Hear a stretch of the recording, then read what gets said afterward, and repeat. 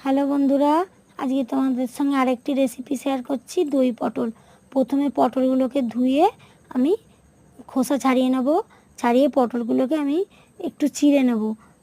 তারপরে পটলগুলোকে একটু নুন হলুদ মাখিয়ে আমি কড়ায় তেল গরম করতে দিয়ে সেই তেলের মধ্যে আমি পটলগুলোকে ভাজতে দেবো।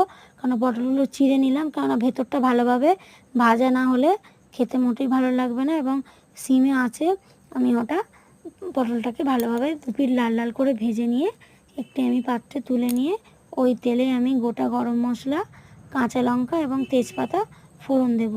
ওর মধ্যে কেটে রাখা টমেটোগুলোকে ছেড়ে দেব। দিয়ে ওটাকে ভালোভাবে লাল লাল করে ভেজে নিয়ে ওর মধ্যে বেটে রাখা জিরে আদা আমি দিয়ে দেব।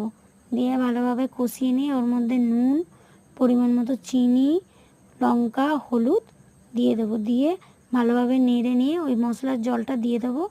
দেওয়া হয়ে গেলে আমি এবার ভেজে রাখা পটলগুলো ওই কড়ার মধ্যে ছেড়ে দেবো।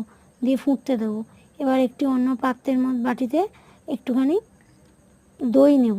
নিয়ে তার মধ্যে একটু নুন আর হলুদ দিয়ে দইটাকে ভালোভাবে ফেটিয়ে নিতে হবে। দইটা নিয়ে এবার সেই পটলগুলোর মধ্যে আমি দই দিয়ে দেবো। দই দিয়ে দিলে ফুটে গেলে আমি একটি পাত্রে ঢেলে নেব। দিয়ে ওর মধ্যে ঘি দিয়ে আর উপরে দই আর গরম মশলা ছড়িয়ে দিলে আমার তৈরি হয়ে যাবে দই পটল। হ্যালো বন্ধুরা, আজকে তোমাদের সঙ্গে একটি রেসিপি নিয়ে এসেছি, সেটা দই পটল। প্রথমে আমি পটলগুলো